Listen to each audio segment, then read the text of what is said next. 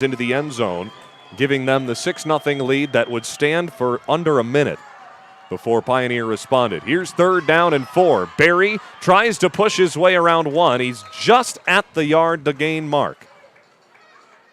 At the 30, they give him the 1st down.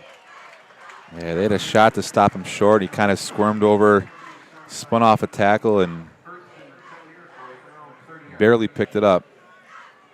Big play there by Barry. Sam Platt had him. I think if he wrapped up a little better, he could have kept him behind the line to gain, but now it's a fresh set of downs for Iroquois. 1st and 10 at the 30. 2 wide to the right. Kleitz looking to pass. Throwing right, wide open. Nate McGoldrick. Down inside the 25.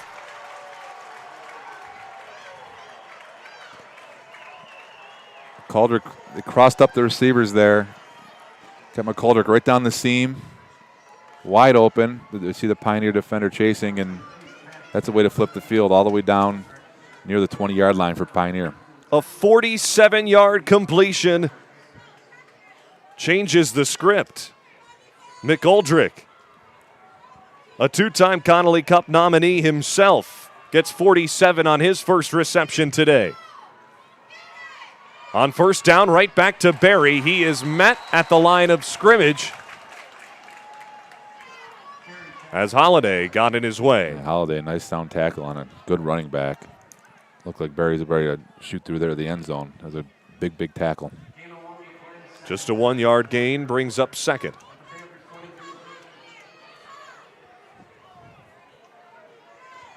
Second down, 9 to go at the 22. Hand off Barry, pushing forward. A gain of around 5 as he carried Dakota Krieger with him. You can see the physicality Barry brings there as he doesn't go down easily. He moves the pile forward, and that brings up 3rd and short rather than 3rd and medium.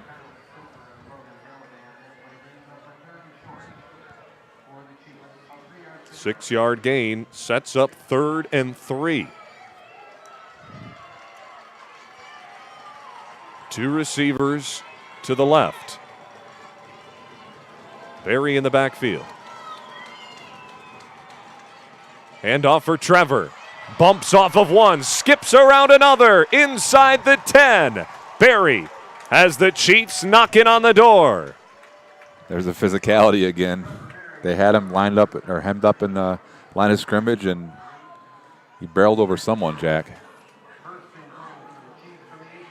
See Barry's kind of taking over here.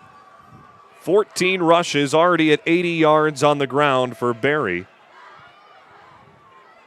He's picked up 4 first downs himself.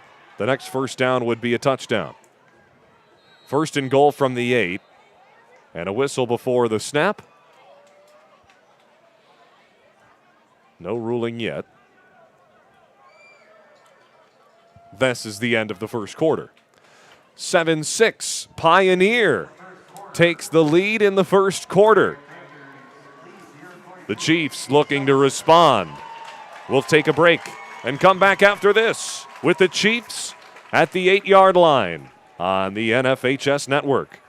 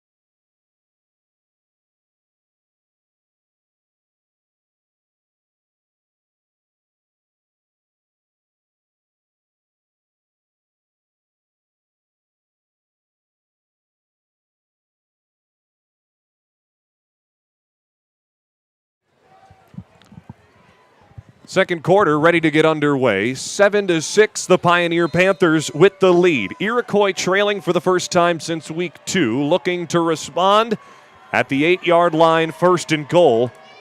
Trevor Berry has set them up thus far, and they go back to the man who has set the table, though this time a loss of 1 will back them up. Yeah, Holiday again. Holiday is a strong middle linebacker. I could see why they have him there. He's a sound tackler, and he doesn't hesitate. He shot right through there and tackle for loss. It brings up a second down and goal. Logan Holiday, 91 tackles. It's a team high on the season. He's forced 1 fumble and recovered 2 this year. Turnover is crucial in a game of this magnitude for the sectional title. The rain has dissipated so far. A minimal dropping down now, though a false start before the snap will back him up 5 even more. Now 2 penalties against the Chiefs, each for 5 yards so far. You can see Pioneers starting to bring those safeties down more and often now, and really probably in an effort to stop Berry. He's kind of the story so far. You can see him down now. They have an extra linebacker down in the or safety down in the box. That's Dalton Gaboo who comes down. Kyle Stover, the lone man up top. Here's Berry again with a hole. Trevor Berry jumps over 1 and dives into the end zone. Touchdown, Iroquois. Serious push by the Iroquois line there.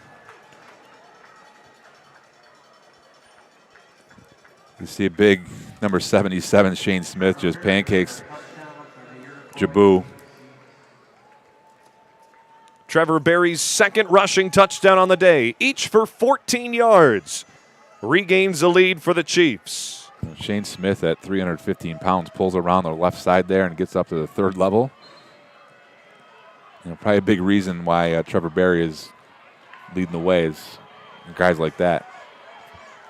Now just 1 touchdown away from tying a Western New York record, though they will not convert, or will they, on this second attempt? Trevor Berry trying to turn the corner. He's not going to get there in time as a host of Panthers push him out, failing on the 2-point try. The Panthers keep it within 5, 12-7. With 10:59 to go and a flag after the play. So we know tensions can flare in a game of this magnitude, and an injured Panther on the field as well. Now, what an effort by Pioneer there to keep them out. Plays like that change games, especially at the end of the game where points are at a crucial part of the game. Let's take another look at that. This is the touchdown from Berry. You see a big block up front from Shane Smith set him up. Yeah. And Berry wanted a call after the play there after he ran into the end zone. Well, he might have got one on a 2-point conversion because I think it might be a personal foul here. Paul Gagliardi, Craig Donnelly, the referee and umpire discussing, and Augie Taboni, Dave Subas joining in. Well, they're all gathered together as Sal Aquilina says, I would like to know what's going on as well. So the first drive of the game, turnover on downs for Pioneer. After that, back-to-back touchdowns had us set 7-6 going into this second quarter. That was the score after a fumble and a punt led us there. Iroquois now on drives that don't end in a turnover, end in the end zone. And it's been thoroughly on the ground. Just 1 passing play for 47 set him up there. So far rushing for 79 yards. Well, why throw it if you don't have to, right? Especially on a night like this where it's questionable. Well, it seems to have settled down out there. We'll take a quick timeout. 7 make it 12-7 the score as Iroquois leads with 10:59 to go in the first half on the NFHS Network.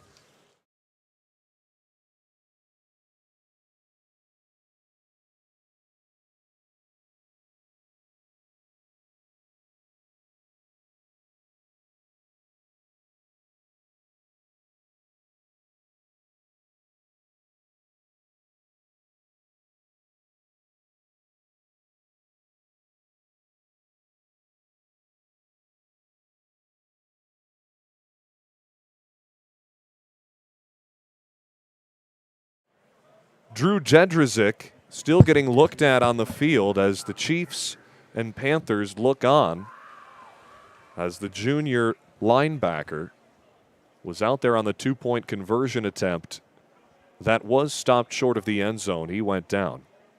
And then after the play, a personal foul was called. 12-7 the score. Iroquois up 12-7. Coach Fata, so far this game, Pioneer has been able to hit through the air. They've been able to move the ball on the ground. Their last drive, though, a 3-and-out on the ground. Do you see any adjustments coming up here for the Panthers on their next drive? Well, it's interesting because they came out throwing after that turnover, which, I mean, you see before. You see them kind of go for a quick strike after a turnover, but they threw the ball first, second, and third down after a penalty, so which isn't indicative of how they play. So it'll be interesting moving forward. They get back to the ground game that they're so well known for and try to grind out some yards. But I tell you what, Iroquois rose to the occasion with their run defense. You can see they're well coached. They hit their fits real well. They spill the ball to the outside. I think you've seen a couple times where Barry's made a play on the outside there, and it really, I don't know, I feel like I say this every game, but it's a crucial point in the game where if Pioneer can answer here, you have a ball game. Well, now they've brought out the stretcher for Jedrzejczyk, so we'll take a break and come back after this. A scary scene at Orchard Park.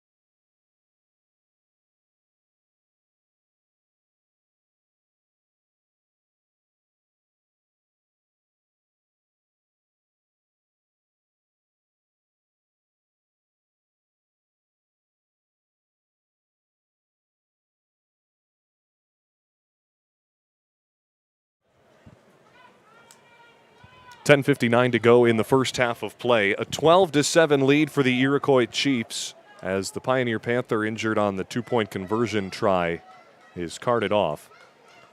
Here you get a look at the head coach of the Iroquois Chiefs, Rob Pitzonka, in his 6th year as head coach, 10th year overall with the program.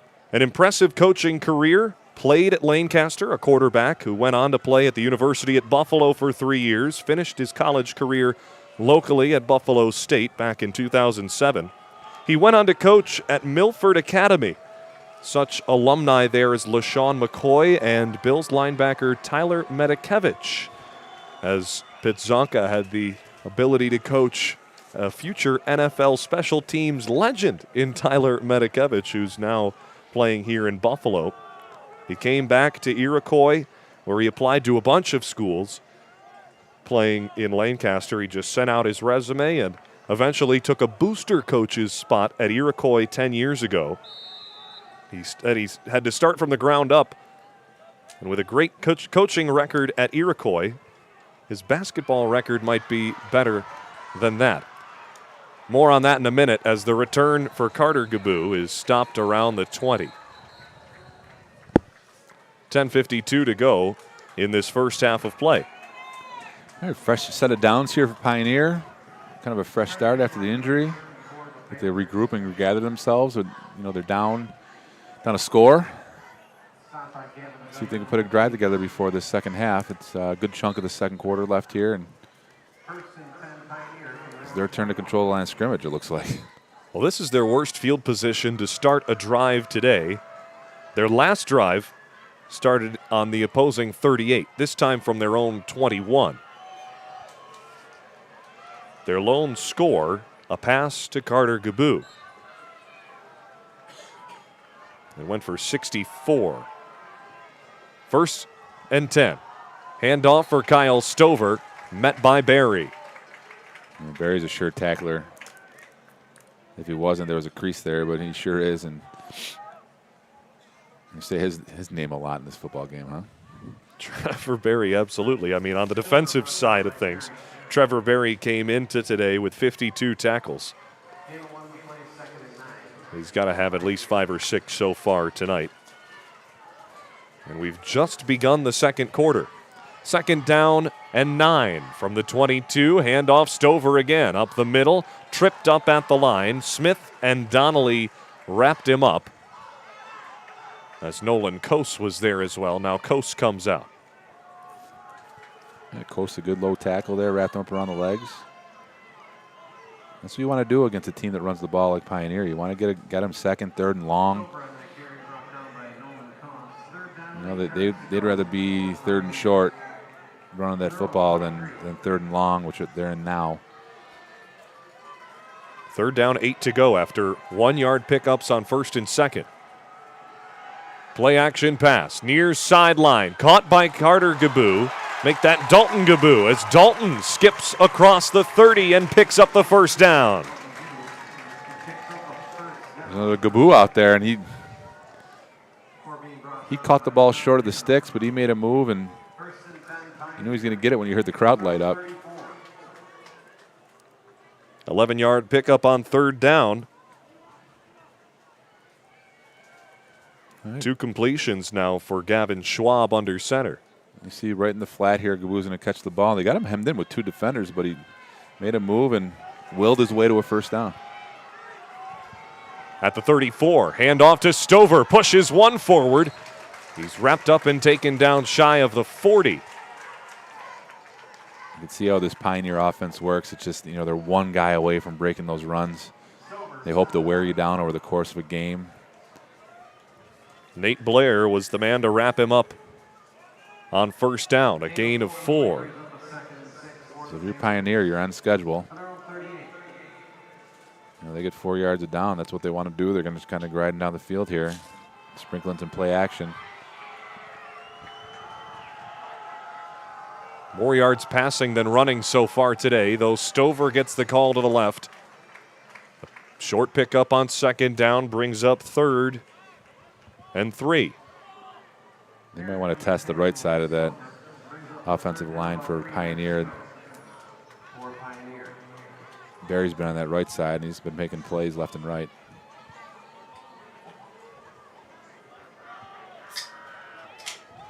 You get a look at the stats so far. Iroquois, thanks to a 47-yard pass from Justice Kleitz, his one completion, along with 93 yards on the ground from Trevor Berry, have them leading the way there. Third down pass, short of the first down marker. Yeah, Gabu's route was a little deeper there. They would have had the first down, but he kind of ran out of field, and unlike last time, he had no room to negotiate there and comes up short. Fourth down, 1 to go. Earlier in the first quarter, the first drive of the game, Pioneer was in a similar position. In midfield, they elected to go for it, and they were stopped short on a rushing attempt. The last time they had fourth down, however, they elected to punt. This time they keep the offense on the field. They hurry up to the line, though Pitzonka calls for a timeout just before the snap. Iroquois takes their first. A timely timeout there for Coach Pitzonka because they were definitely getting that. I mean, Schwab kind of ran right through that Iroquois defensive line rather easily for a sneak. Instead of it's 4th and 1, and I'm sure he's talking strategy in there. Now, we talk about Rob Pitzonka. His coaching career impressive, but for him, it all comes down to the family aspect of his life, not only with the family of the football team, but his own. He's got 2 little ones at the game today. His daughter at 4, his son at 1, taking in the football experience. Coach, I know you were raising kids during your coaching time as well. Pitzonka says his kids feel more comfortable on the field, on the turf, than at home on the couch. Did you find the same with your kids? They're more comfortable on the turf than on the couch at home? No, especially now. My kids live on the couch. My son's there right now, I'm sure. I have some memories of my kids out there. Kind of cool, right? Some pictures, and that seems like a lifetime ago, but not a bad way to grow up. 4th down and 1. Hand off to Stover. Breaks 1 tackle. He's pushed right at the 43. Looks to be short. They come up to a spot. He does look short, Jack, but man, they got that. They had that quarterback sneak rather easily. I think even with a generous spot, I think they came up short. Gavin Dundon was there to make the tackle. He got beat for the long touchdown. Here he makes a big play on 4th down. Turnover on downs. Iroquois sets up with 7:37 to go in the half. In offensive territory at the 43. Justice Kleitz throws over the middle. Oh, it's dropped in and out of the hands of Nate Bull.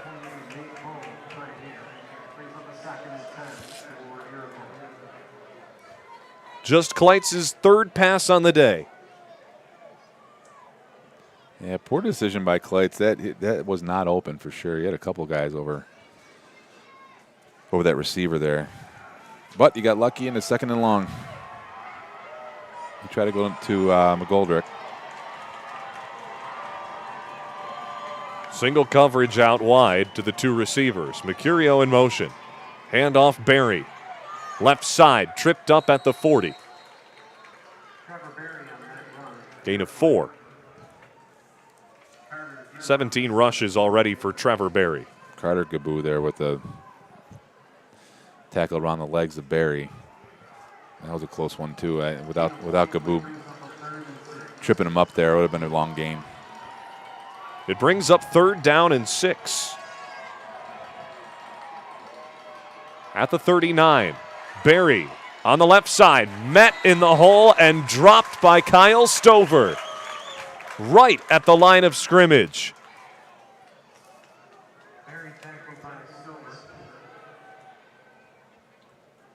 Berry's able to fight for 2 on the play, though Stover didn't let him get any more. 4th down, 5 to go. Stover coming down from his safety position there. And 4th and 5 is a lot different than 4th and short. And Mercurio does a good job on those outside speed options to block those outside linebackers and safeties. But save one time, the safeties and linebackers of Pioneer have done a good job having that play up. Iroquois calls their second timeout, 1 remaining in the first half, still with 6:32 to go. The last drive for the Chiefs ended in a 14-yard Trevor Berry run. Their longest play on the day, a 47-yard pass from Justice Kleitz to the main man, Nate McGoldrick. Outside of that, it's the only completed pass on the day for the Chiefs, and at 4th and 4.5, we'll say. Coach, at this point, do you trust Justice Kleitz after that last decision that was nearly an interception? Yeah, I think so. So, he's young and he's got to play through these things, and you can't play scared here.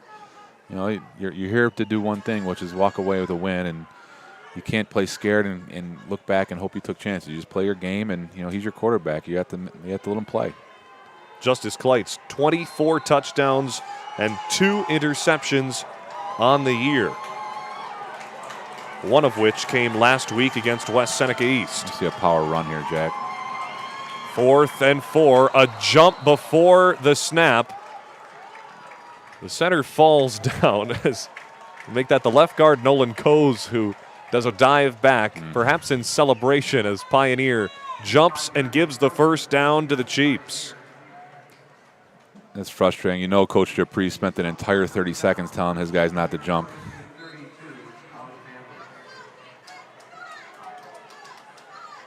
It's the first penalty against Pioneer today. 1st and 10 from the 32. Berry fights his way for a couple. Yeah, a steady dose of Berry. It's a back and forth football game. I mean, one big play changes this way one way or another. I don't see any quitting Pioneer. They're tackling well. They're playing hard.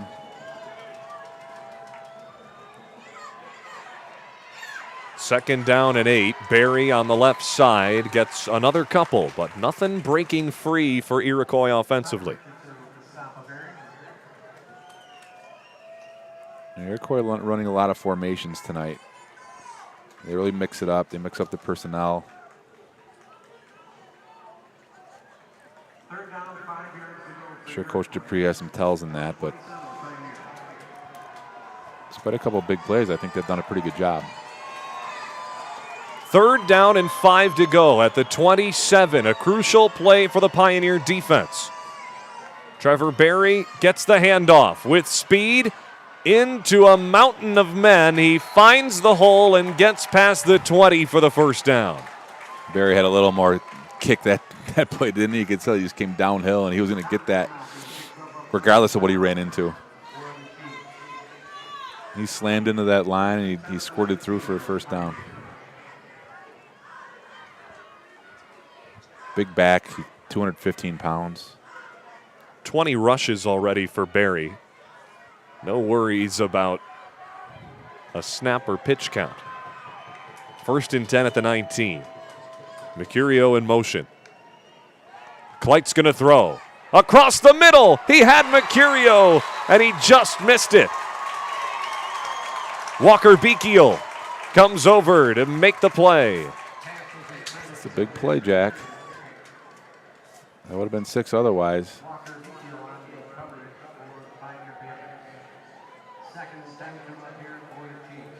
Beekiel wrapped up shot, right? just to be sure there, though. The ball had already missed the receiver. Mercurio, 3 touchdowns on the year. He was staring down his 4th. 2nd down and 10 at the 19. Kleitz keeps it himself. The freshman spins away from one, and he gets about 2 yards. It's good to see Kleitz, a younger guy with enough confidence to keep that ball.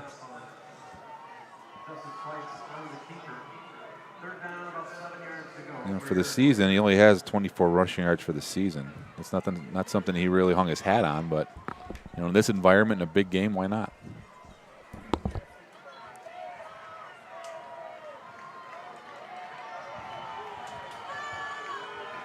Third and 8.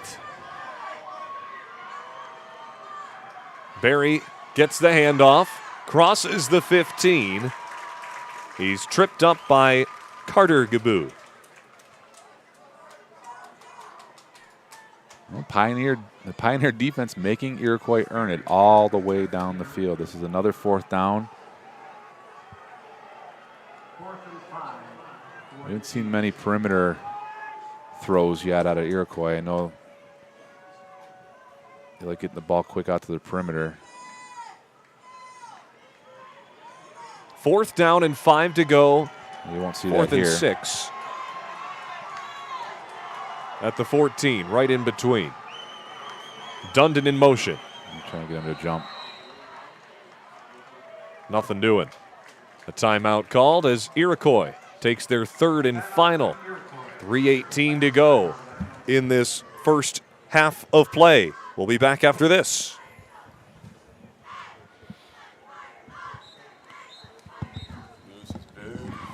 Ooh.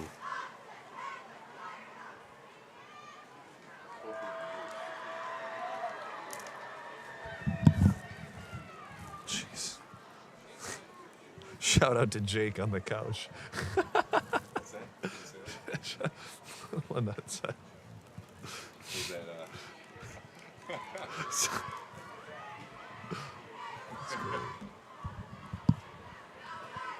3:18 to go in this first half of play. The timeout called for by Iroquois. Their coach, Bitzonka, now out of timeouts. Pioneer still has all 3 with 3:18 to go, and they've shown an ability to pass the football. Pioneers' yards so far, 77 through the air, just 32 on the ground. But for Iroquois, it's been well balanced, though Trevor Berry is the main man. 4th and 5, a long 5, a short 6. At the 14, Dundon in motion. Handoff, Berry has a hole on the left side. Stover chases him down and makes the tackle before the 10. A turnover on downs. What an effort by Stover. We'll see what the spot is, but he looks short from here. Well, he's well short. Look at Stover. Takes a bad angle initially and then just hawks him down and creates a turnover. The plays like that are plays that turn games around, and good for him and his effort. Gives his team the ball back with 3 minutes left in the first half. Trevor Berry had his way last game. 259 yards on the ground for Iroquois. 7 yards a carry, though that time he gets well short of 7. Yeah, effort like that is the type of play you look back on and it changes games. A little dotted I here from Pioneer. From their own 11, 1st and 10. They'll get a couple and keep the clock moving, though we'll see how long they want to do that. Well, they are deep in their own end, so they have to be careful here. You don't want to be punting. You don't want to give the ball back to Iroquois with any kind of good time on the clock. Kyle Stover with that run on 1st down. He gets 3. Stover now 7 rushes for 27 yards, though a majority of that coming on his first touch, a 14-yard gain. And now a timeout from Pioneer, as we'll get a look, or at least we'll have a chat about the Pioneer head coach, Jim Dupre. Coach Dupre's been here for 21 years as the head coach. He's been at Pioneer for even longer as a U.S. and global history teacher. As the cheerleaders in front of a packed stands, relatively packed for Pioneer, that sold out their tickets twice. Jack, why does the Panther have a poncho on if he's a Panther? You think they'd be comfortable in the rain? You would think. Well, producer Tim Gardner says he doesn't think that's real fur. Tim is telling us that's not a real Panther. What? Well, back to Jim Dupre. Came 22 years ago to Pioneer. In fact, met his wife working at Pioneer at a Valentine's Day dance. Love was in the air. They were both chaperoning. Next thing you know, they're going on dates. They've been married ever since, 20 years and counting. Coach Dupre told you all that? Coach Dupre did tell me that, though he follows in the footsteps of his father as a head coach at the high school level. More on him in a moment as Schwab rolls out to the right, throws down the sideline, looking deep down that sideline as he had a man there in Devin Matuzak, though it flies into the Iroquois bench. This is dangerous here for Pioneer, I think. So giving the ball back to Iroquois is probably not what you want to do. throwing the ball there stops the clock and makes it third down very crucial instead of a third and shorter maybe if they ran the ball, but now you got 3rd and 7. Schwab is 3 for 8 through the air on the day. No receivers wide, everyone in tight on the right side of the hashes. Rolling out. Schwab is wrapped up and taken down. He had nowhere to run as McNulty was bearing down on him with Shane Smith. And Smith got in there for the tackle with Athan McCulloch. Yeah, Pioneer knew that was coming. That was well diagnosed. The end got upfield quickly. And you're looking at a punt from Pioneer. It looked like Gavin Dundon was the defensive end on the play, usually a safety. They put him up on the line. Braden Donnelly also. Might have been Donnelly too, yeah. There's about 8 Chiefs in the backfield on that play. Regardless, it's a 4th down and a punt for the Panthers, and a good one at that. It'll kill some time down and bounce at the 50. Iroquois' offense takes over. The Chiefs not scoring in 2 drives. Trevor Berry with both touchdown runs for 14 yards apiece. Well, no timeouts. Be interesting to see if Kleitz throws one up here. I know he's got trips to the short side of the field. Look them throw the singled up receiver at the top of the formation there, right at the top of the screen. 1:34 to go in the half. From the opposing 49, over the middle, it's caught. Nate Blair makes the grab for the first down for Iroquois. They had single coverage up there at the top of the screen, and I think that was their plan all along. 13-yard gain. They're going no huddle. Kleitz rolls to the right. He is taken down. 2 Panthers in the backfield as Dakota Krieger and Sam Platt bring him down for a loss.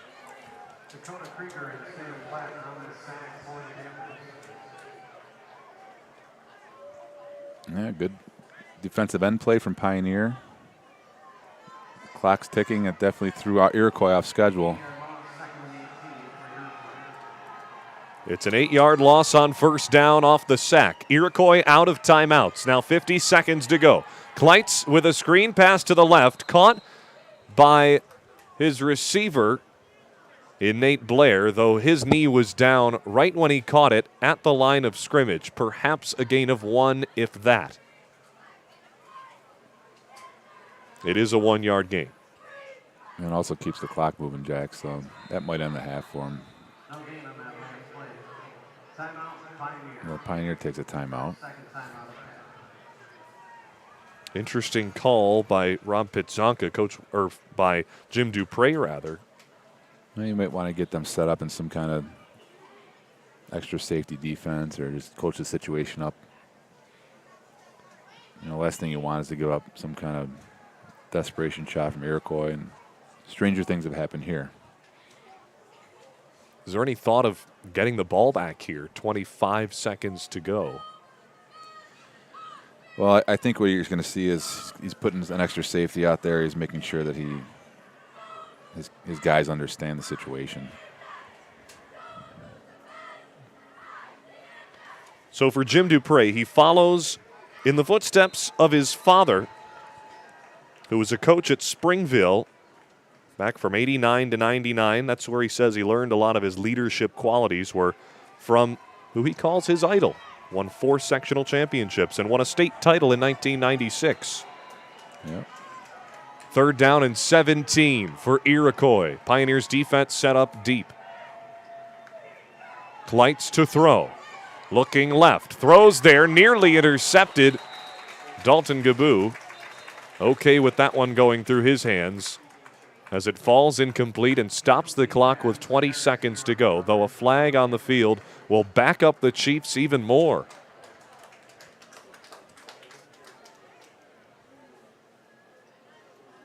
A 10-yard penalty from the spot of the hold.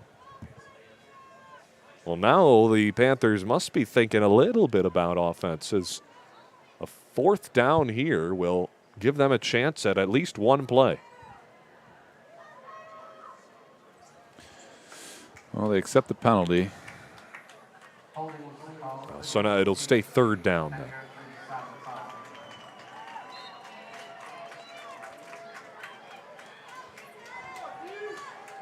I wouldn't be shocked to see him be real conservative here. 3rd and 34. Iroquois is just going to run the clock out here as Barry gets the call. Well, Pioneers Pioneers calls a their timeout. timeout. They're going to want to make him punt. Some magic, perhaps, for the Pioneer special teams. Football really a family tradition at Pioneer, Coach, as you see at many of the smaller schools in the area, the families staying in the local towns they grew up in. Funny enough, Gavin Schwab, the quarterback for Pioneer, his father was a player on the team, Jason, and his uncle Tim was the greatest left tackle in Pioneer football history, says all the coaching staff, as he was on that team that won 3 straight sectional championships back from 99 to 2001. Most recently, Coach, I'll test you here. Do you remember the last team that Pioneer beat in a sectional championship? I do not. It was the Iroquois Chiefs. Do you remember, Jack? I was about 1 year old then, Oh, so you no, I do. do not. No, you don't. Nothing a little Google search doesn't tell you, though. 4th down and a good bit to go. A punt fielded at the 24, called for a fair catch, so one play is all that Pioneer will get here as Dalton Gaboo flags that one down from their own 24. Pioneer with a chance, and it seems like all the momentum in the building is completely at a 0. It does. For either team.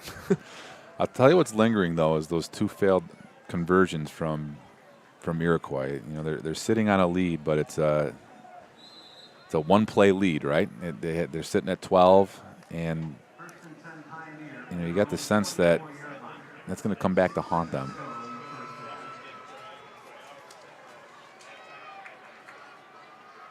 Here's the final play of the first half. From their own 19, Gavin Schwab launches it deep down the right side, looking for Carter Gaboo. I take it back. They'll have one more as it flies out of bounds, incomplete, with 2 seconds to go. This would be the longest play of the day by far. The 64-yard connection from Gavin Schwab to Carter Gaboo, the lone touchdown for the Panthers in the first quarter. Since then, it's been turnover on downs and punts for each team, along with the Trevor Berry touchdown to respond. 2nd and 10 from the 24.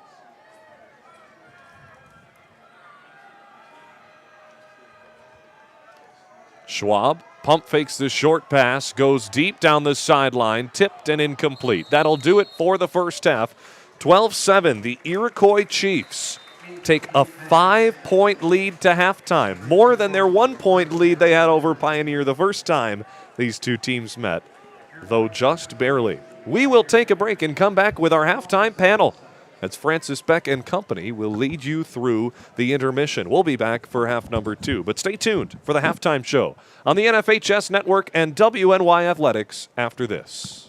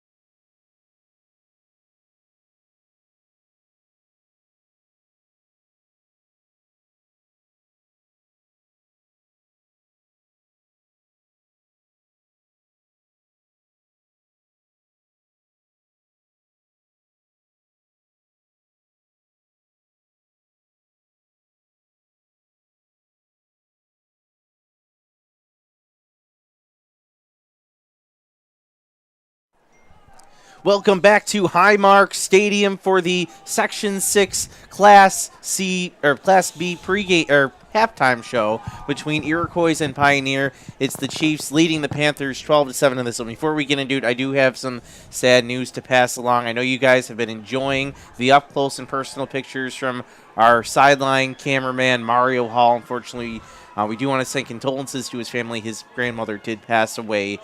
We just learned. But I'm joined by a wonderful panel right now. Tim Chifa, Jim Craig, Paul Catrona. So I mentioned 12-7 Iroquois. Trevor Berry right now, the story, 2 touchdowns. And Pioneer, believe it or not, a team known for running the football. Their 1 touchdown is on a 65-yard pass play. Tim, we'll start with you. First thoughts. Well, first and foremost, happy Veterans Day to all the veterans out there. Thank you for your service, most importantly. So Iroquois comes in, 10-0, and they're just, as hot as any team in Western New York. No one's come within, 20 points of these guys. I mean, they're a really good football team. To beat them, you not only have to almost play a perfect game, but you have to take advantage of mistakes that they're going to make. Iroquois fumbled on the 20-yard line, and Pioneer recovers, and they don't take advantage of it. You got to take advantage of things like that to beat a team this good. Paul? I would concur. However, so I thought great defensive stand, make the turnover, and control the ball. So goes back to the argument: if you have facing great offenses, hold on to the ball, consistent, get some yards, and look for that big play, and that's what happened in this half. So I'd say Coach Dupree's really super happy. This is good. We're in great position, and Iroquois is worried. Yeah. I would agree with that, Paul. The thing that I saw, and what I really felt should have happened here was that Dupree should and has been talking about running and stopping the run, which is an obvious thing in the game of football. And I think they've done a very good job and slowed down. In the second half, they slowed down Barry after his 2 touchdowns.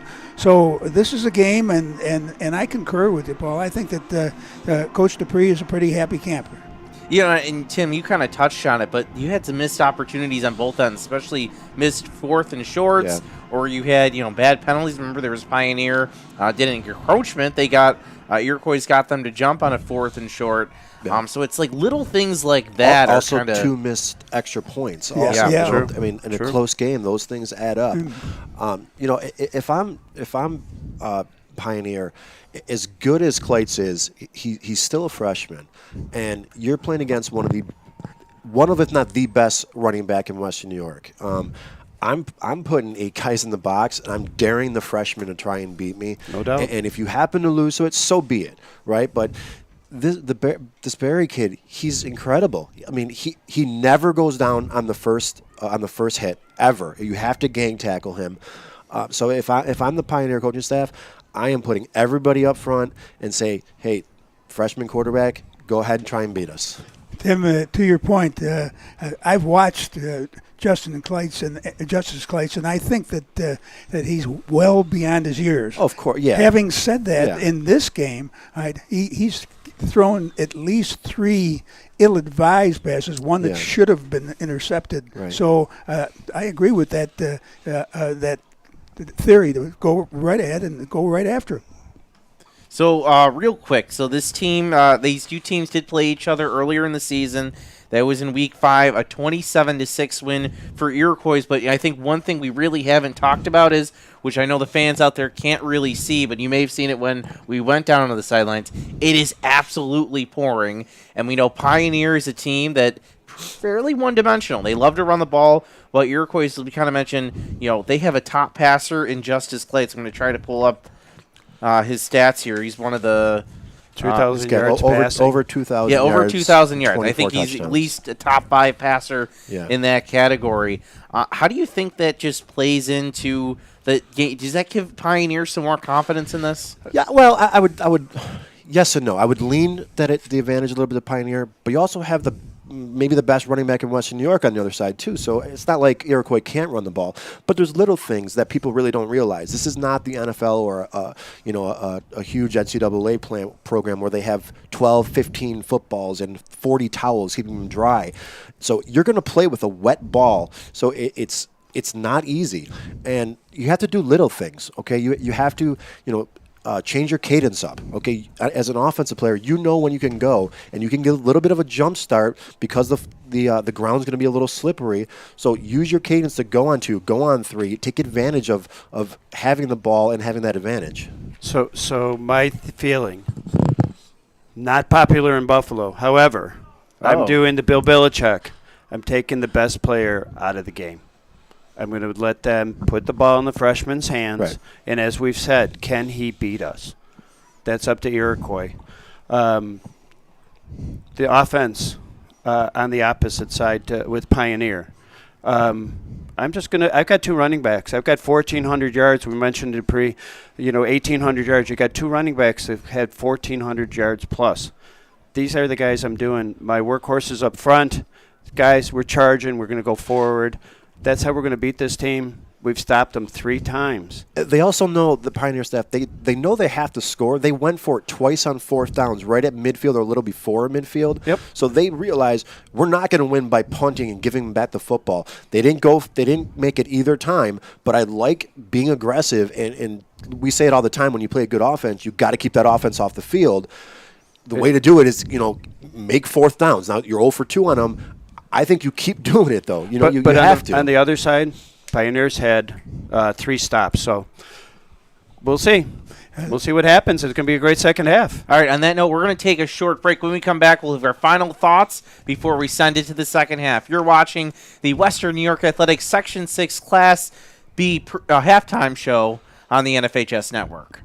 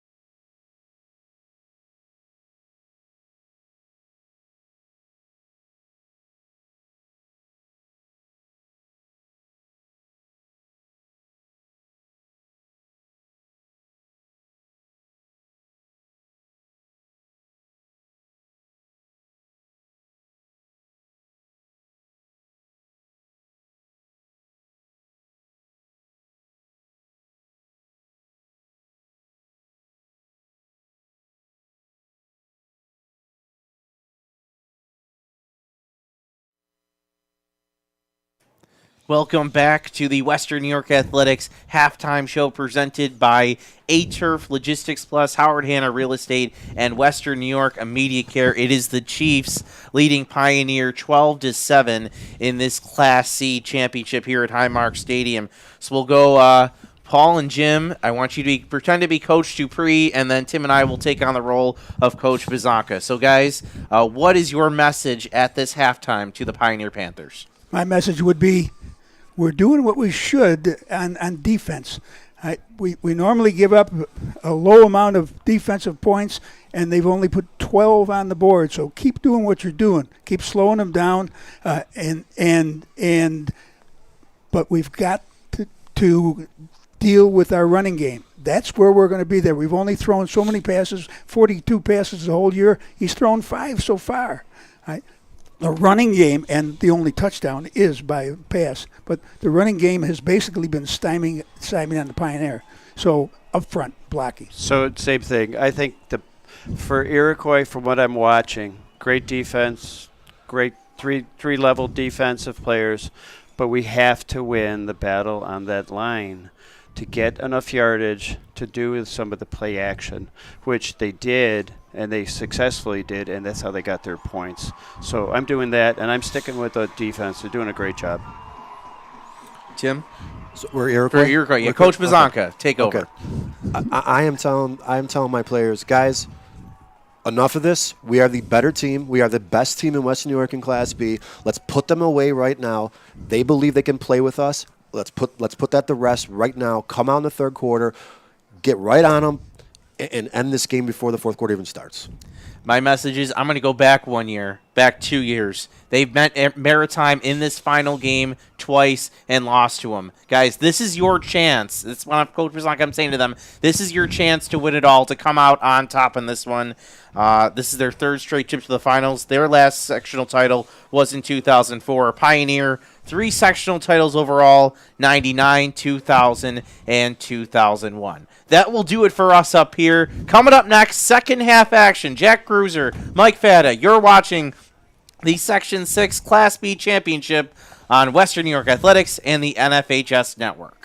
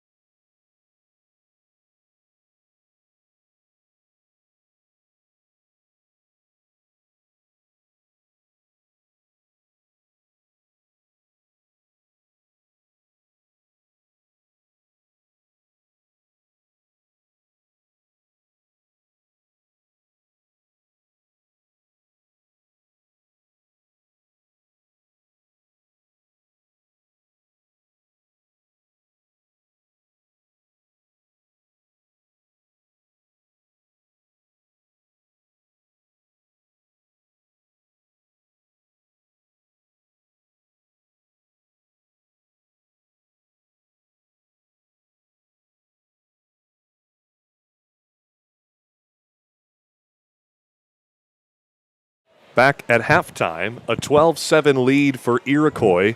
At the break, we get a look at our first half stats here on the NFHS network. 1 turnover, costly so far for Iroquois, as the fumble, well, it turned out to be a punt the other way. But regardless, that's the lone turnover of the game, and Pioneers had their chances. Knocking on the doors so far, Coach Fada. Yeah, I think what stands out to me is the rushing yards. I mean, the Pioneer, who was a running football team with 35 yards, really just hanging their head on that big play, that big long pass to Gibo. If they can get their run game going in the second half, then they have a pathway to victory. so far in this game. Gavin Schwab, 77 yards through the air as the quarterback returns here this week after not passing a ball last week. He passed just 9 passes the week before in round 1. And before that, he hadn't thrown the ball since he got hurt in week 4. Coach Vada, what have you seen from Gavin Schwab so far? Yeah, Schwab. So on that long play, he almost fell down, and he made really the play of the game for Pioneer.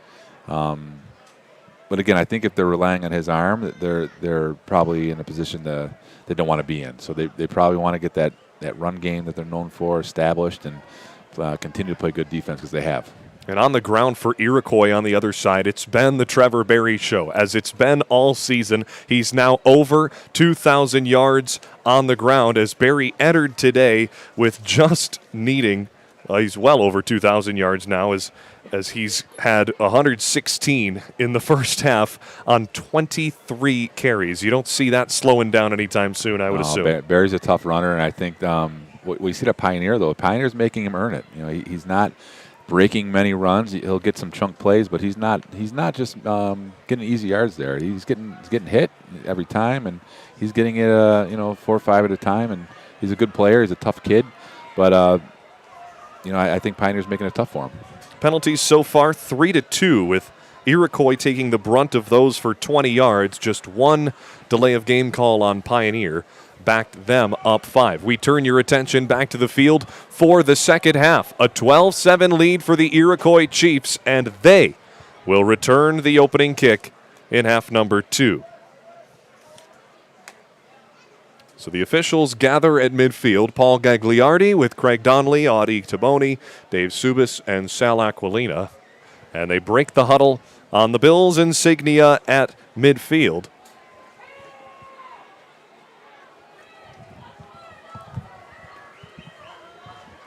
And we're ready to go. Devin Matuzak, the man to boot it away for the Panthers as the rain pours down at Highmark Stadium. Fielded at the 6. Across the 30. Nate McGoldrick with a big return to kick off the second half. Some hitting down there tonight. And now a stoppage, as there's an injured Pioneer Panther behind Stover the play. Down right now. It'd be a big loss for Pioneer. In that first half, Stover, 7 carries for 27 yards. He gets a hand from an assistant coach and pops right back to his feet. So 9 seconds go by on the McGoldrick return. Iroquois gets the ball at their own 34.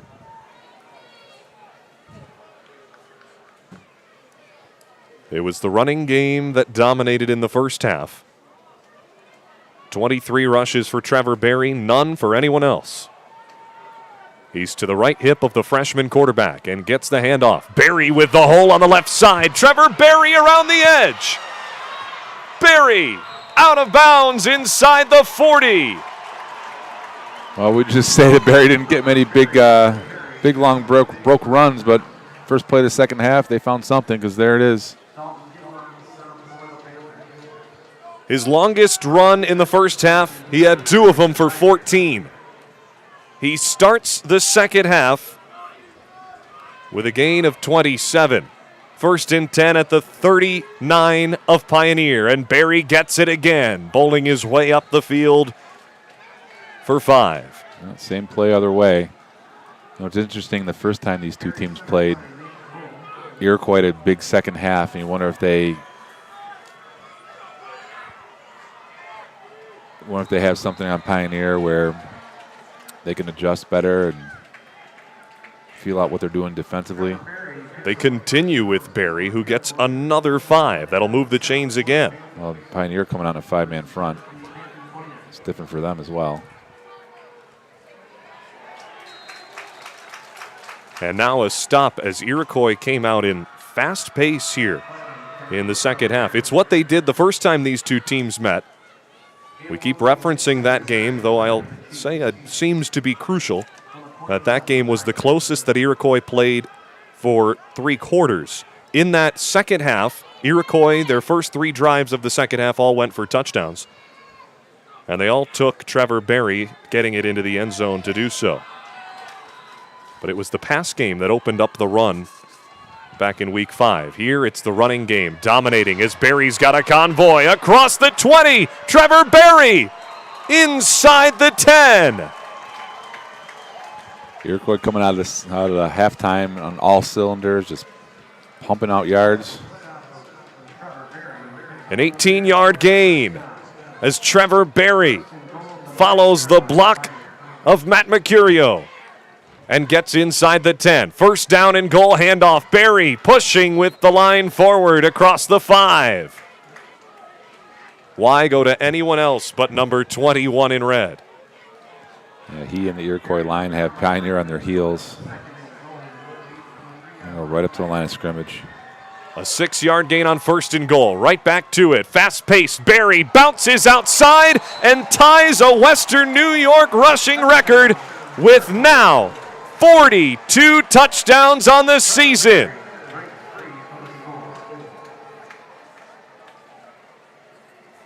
Well, no rest for either team here. They go right to the line of scrimmage and they just outnumber Pioneer at the point of attack, and he walks in. Berry with his 3rd touchdown on the day. And Iroquois lined up to go for 2. They failed to connect on their last 2-point attempt. This time they go back to Berry, and a nice tackle on the play will snuff that out as Logan Holliday provides a bit of momentum to Pioneer. 18-7 the score as the rain pours down in Orchard Park with 9:54 to go in this 3rd quarter. Iroquois just shot out of a cannon to start this 3rd quarter. They wanted to do it quickly, too. Any reason for the fast pace, you think? Well, I think they sensed they had Pioneer on their heels because, the bigger the play, the quicker the next play came, and chunk all the way down. And sometimes if something's going well, you just try to get going more often and quicker, and that's what happened. They just marched right down and took command of this game. 66 yards, all on the ground, all to Trevor Berry as he caps it off with a 3-yard touchdown. The drive taking just under 2 minutes. About the only positive of that thing for Pioneer is they've got plenty of time to start the comeback down 18-7 after leading 7-6 in the first half. A muffed return from Carter Gaboo. He recovers and a flag is thrown at the 27. That's where the run comes to an end. If you're Pioneer, you'd like to see a nice drive here for points. Especially the way they saw that Iroquois offense clicking on all cylinders. For Pioneer, it has been the air attack with Schwab at 77 yards, though a good chunk of that coming on a 64-yard Carter Gaboo touchdown pass.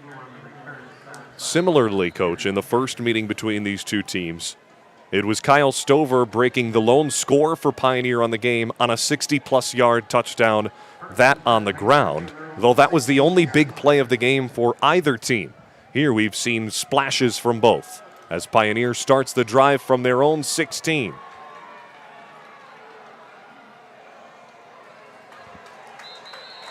And quickly, Iroquois gets in the backfield. Yeah, Iroquois playing in the backfield, Pioneer.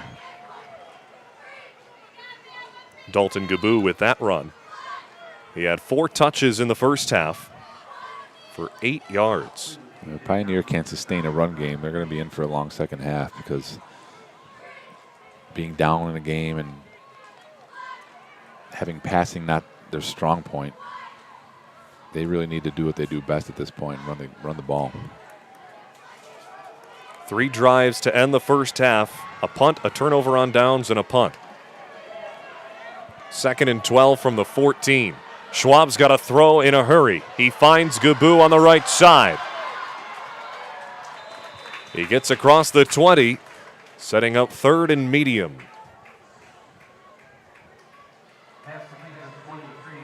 And it brings up about a 3rd and 4, 3rd and 5. Little screen pass out here on the wide side of the field. Pretty well defensed by Iroquois, though. An 8-yard gain for Dalton Gaboo and company. 3rd down and 4 to go at the 22. Flying off the field to the sideline comes Walker Beekeel as the wide receiver looked like he was pretending to come out for a sub, lined up in play. Now he comes off the field as the timeout is called. I don't know if there was a little trickery there or a little uncertainty from the player. I'm not sure, but he was missed. He was missed at first, but one of the Iroquois defenders pointed it out at the last second. They eventually found him. You would assume that Pioneer and Jim Dupre were the ones to call the timeout, though no wording from the official. Perhaps that was just to wipe off the ball before 3rd down as the ball boy came out. Maybe the injury timeout as well, as that's what Beekeel was dealing with. A big 3rd down for Pioneer. They need 4. Schwab with time. To the near side, he's wrapped up top and taken down. Nate Blair springs free and rips down the quarterback for a loss. Yeah, nothing doing there. Iroquois is all over the flat route, over top of the deeper post. Corner route.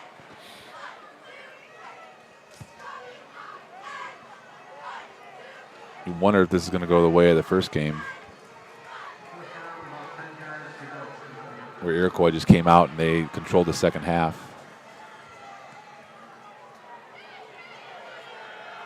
A high flying punt bounces at the 50 and will be downed inside Pioneer territory. Iroquois with great field position to start their second drive of the half.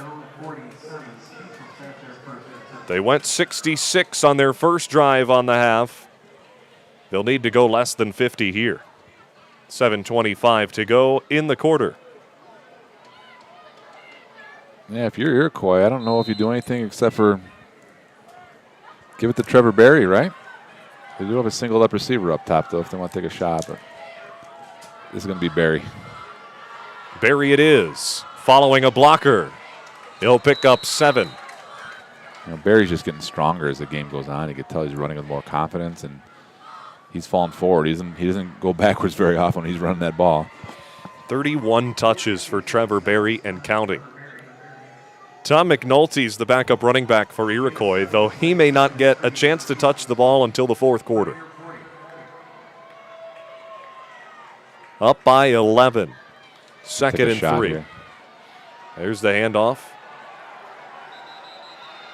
At the 40, he's wrapped up and taken down. Stover came in to help out the defensive end, Dakota Krieger. Iroquois trying like a zone run out there. But I think what their more effective runs today have been a down scheme where they got pullers coming around, especially Shane Smith leading the way, and then they bring Mercutio along with them.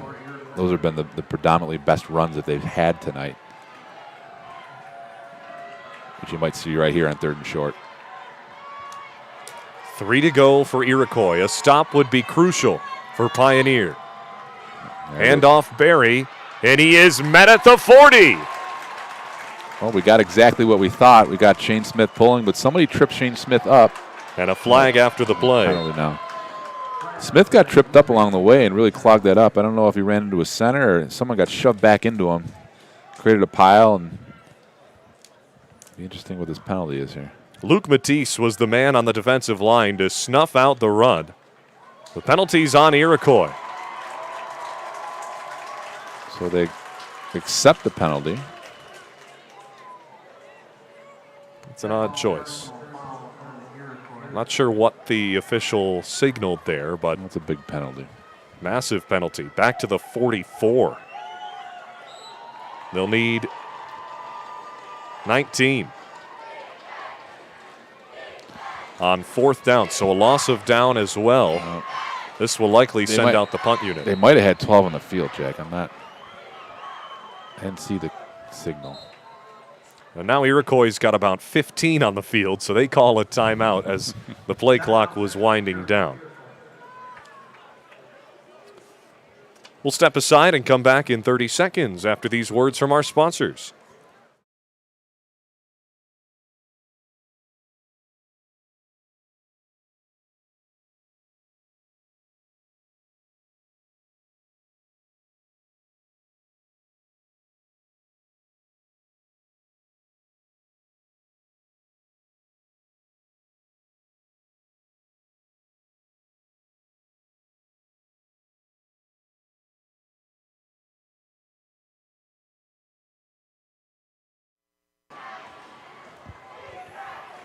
4th down, 18 to go from the Iroquois 44. Ball boys got to hustle off the field on the far end as the rain has not let up. The Panthers force a punt that Barry handles inside the 20 down there. Pioneers got a good distance to go, though they need to convert on this drive. It feels, though, at least that way anyway. Yeah, I think it's something going at this point because they're down 2 scores and they're going to find themselves running out of clock the way that Barry's running the ball. Although their defense did answer the call their last drive, and here they are right back again. They need a chunk play. They need something to, maybe when they're play actions or something to break.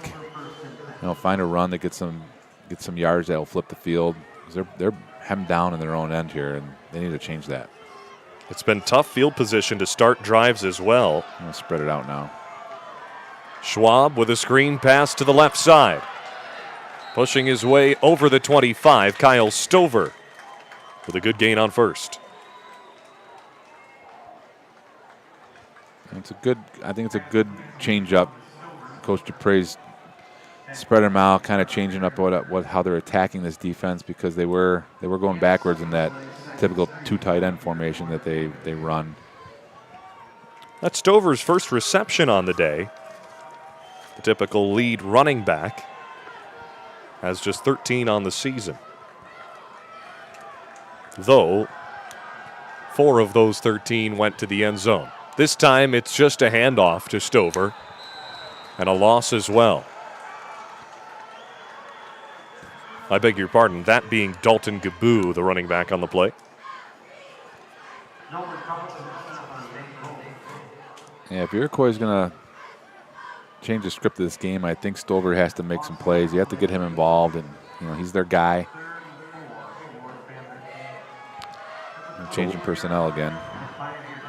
It's a loss of 1 for Dalton. Back-to-back 3 and outs, 1 for each team. Iroquois looking to force a 3rd in a row. 4 yards to gain for Pioneer. In motion, the handoff for Stover. He doesn't have numbers, and Mercurio takes him down at the 25. Yeah, Iroquois adjusting the motion very well there. They fired down the safety and blew up that jet sweep. Now they got punting situation deep in your own end again, and it's almost very similar to the last drive where they had to go 3 and out and kick it away. It's been a battle of the punters since the opening drive went for a Trevor Berry touchdown. He went 66 yards on the drive and capped it off with a 3-yard walk-in. A hefty boot for the Pioneer punter, Devin Matuzak. Down at the 36. Well, the Iroquois Chiefs were forced 3 and out on their last drive.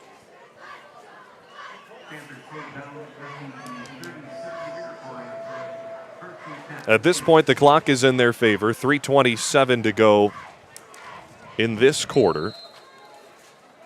No reason to go to the air on a rainy day.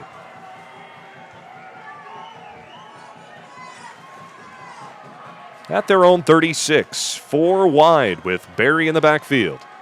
We'll go there here.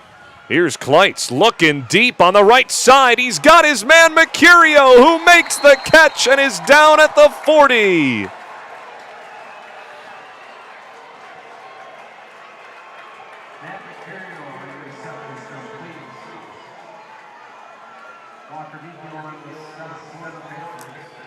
A 24-yard gain on first down. I thought Pioneer had a shot at that ball. It kind of floated up there, but right in the hands of Mercurio. 1st and 10 now from the 40, and the handoff to Barry this time gets snuffed out. Well, they caught Pioneer's corners perhaps looking in the backfield, and Jim Dupre calling perhaps a blitz as he sent a few linebackers up as well. Just minimal coverage back to guard Mercurio and company. Yeah, I think, Mercurio comes in motion there. He often cracks back, and probably an adjustment from Coach Dupre there when he does that to Phil. He'll play with a cramp here, I think. Athan McCulloch down the center. This offensive line for Iroquois, 3 juniors, 2 seniors, but they've got size coming up through the ranks as well. Junior Jaden Hall hasn't seen much time starting, though he'll be back next year at 6 foot 365. That'll be the heaviest man on the offensive line for the Chiefs next year. But the main man is Shane Smith, who at Media Day showed his personality on the offensive line as Coach Rob Pitzonka was giving an interview. There you see Coach Pitzonka. He was giving an interview to one of our staff members at Western New York Athletics. Shane Smith drops to his stomach and starts doing the worm and all sorts of things to get his coach off his rhythm. Pitzonka, though, unfazed. Coach is known for his focus, apparently. Shows you the personality of that offensive line group that he says adds the fun to the Iroquois team. Got to have some fun when you got Trevor Berry running behind you, or this freshman Justice Kleitz throwing the football. Though there it's tipped incomplete as Nate Blair was the intended target. He was guarded well by Beekeel. Well, Iroquois kind of loosening it up here. And letting Kleit's arm a little loose, and as a result, it brings up a third and long. 3rd down and 8 at the 38. Kleitz needs to throw here. Or does he? Steps up in the pocket, plenty of pressure. Kleitz gets a gain of a couple after he was nearly dropped for a sack. Justice not known for his running.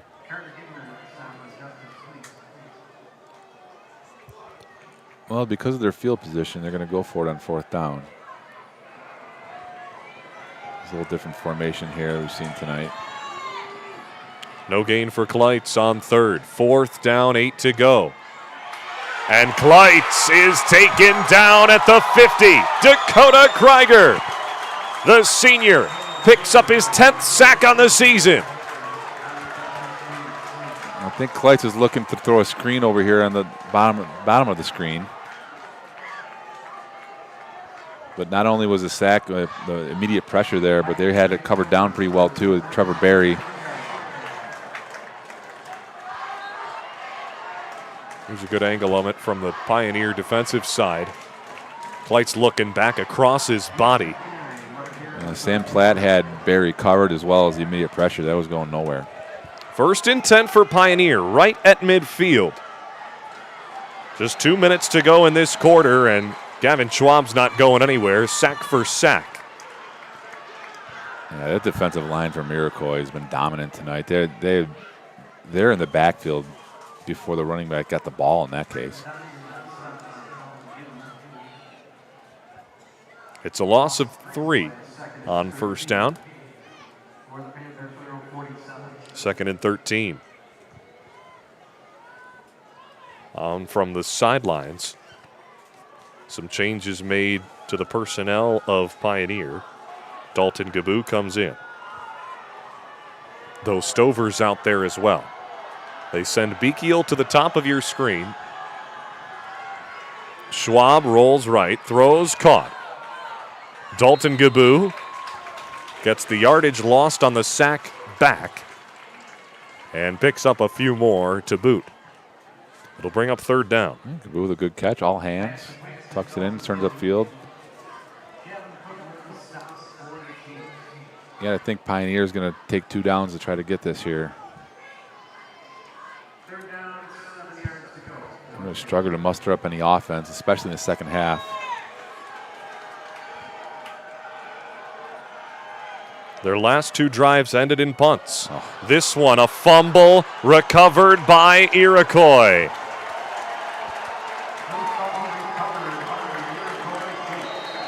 And a flag after the play as some extracurricular activity takes over. You got a personal foul here, I think, on Pioneer. Matt Mercurio was jawing at a man at the line of scrimmage. The officials will have a chat about it. Not the way 3rd down needed to go for the Panthers, who will be desperate for a score, though they need a stop now to boot.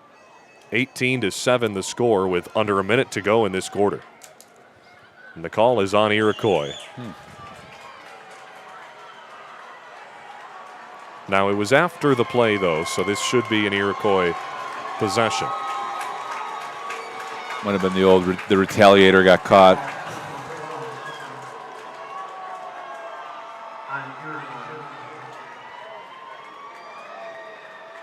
No, they say this happened during the play. No, the official was wrong. He gave us the wrong signal. Now he points back. Paul Gagliardi, a bit confused on who had the football. It's officially with Iroquois now at their own 37. Well, you can hear the coaches from Pioneer up from here saying you can't get the retaliation call.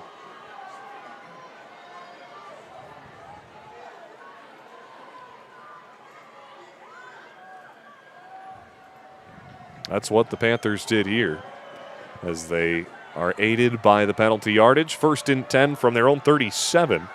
Just 59 seconds remain in this third quarter that has flown by. Kleitz pitches to Barry on the left side. Barry gets to around the 45. Yeah, getting back to Barry here, they kind of got away from that a little bit last possession. I don't think they can go wrong, though, giving it to him. They haven't all night anyway. No reason to stop as Barry gets 8 on 1st down. As we've got an injured player on the near side, it's an Iroquois Chief that's down. A good look down from the sideline from our man Mario Hall, who we regret to inform our viewers, and we send our condolences out to Mario and the Hall family as his grandmother passed away this morning. Mario decides he still wanted to come here and work today and be at the stadium and help out our crew. So thank you to Mario Hall for all that you do, and our condolences to him and the Hall family in this time. We'll take a break and come back after this on the NFHS Network.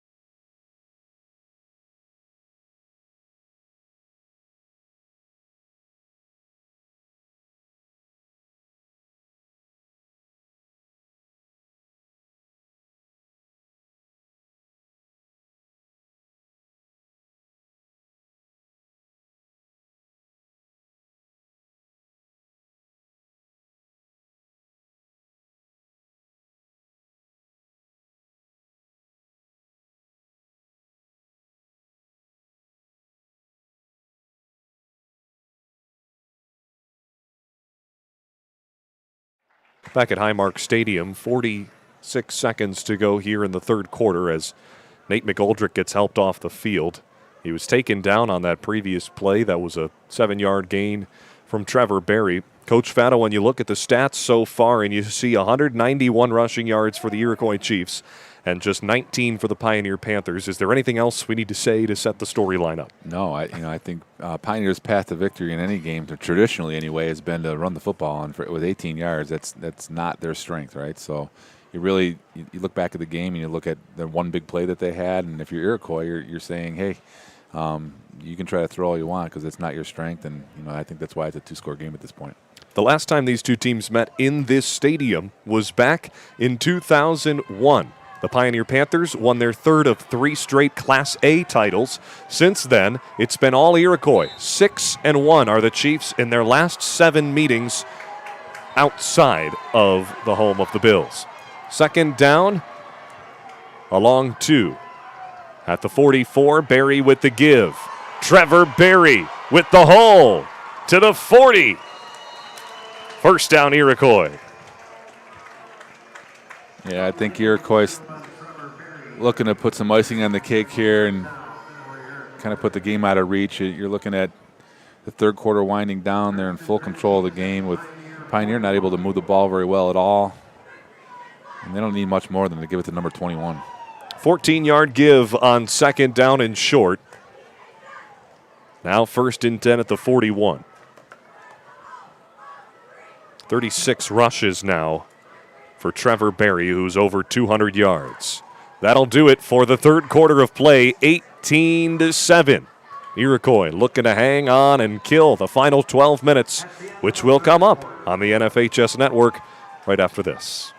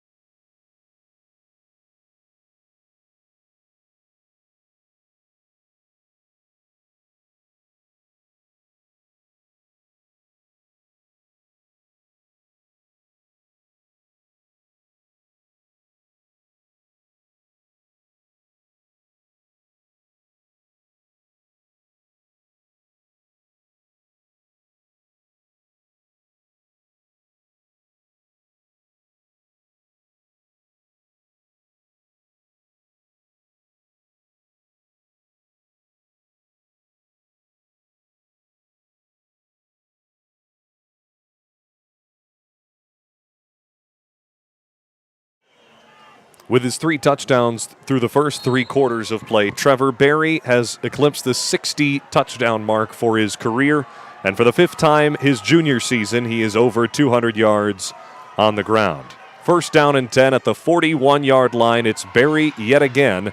This time Pioneer helped with Sam Platt getting the stop. Dakota Krieger there as well.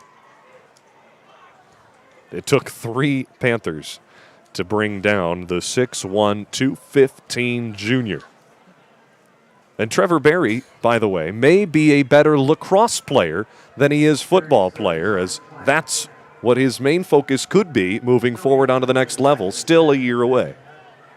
Well, he's a strong kid. You could tell those piles move forward, not backwards, and he's at 215. It's not a small running back at all. He's not necessarily a speedy guy, but he can run the ball with power. He does it again. Berry with the hole to the right side. Stiff arm on a man out of bounds as Berry then takes a spill and tensions rise as a flag flies. Walker Beekiel was on him as they met at the sideline. And then Berry did a roll near the cheerleaders of Pioneer. Yeah, it's the frustration penalty there. Beekiel.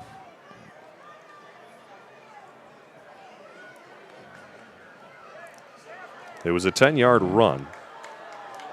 We'll see if it stands. It should after the play. Make it a 15-yard run, rather. It's going to be a 30-yard run by the end of that. It looked as though they were both engaged until the last moment.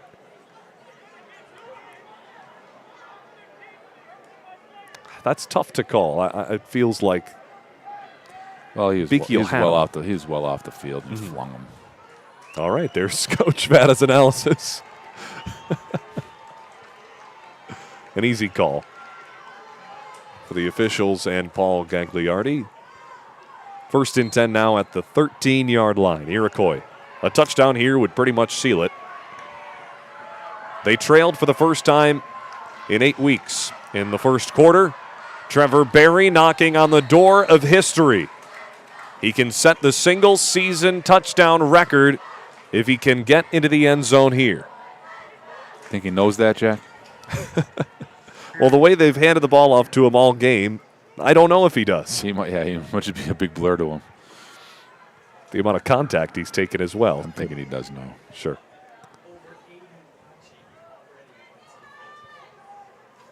Gain of 5 on 1st down. Well, a lot of credit's got to go to that offensive line for Iroquois. They're on the bigger side, but they're athletic as well. They're paving the way. They pull well. Little zone scheme there.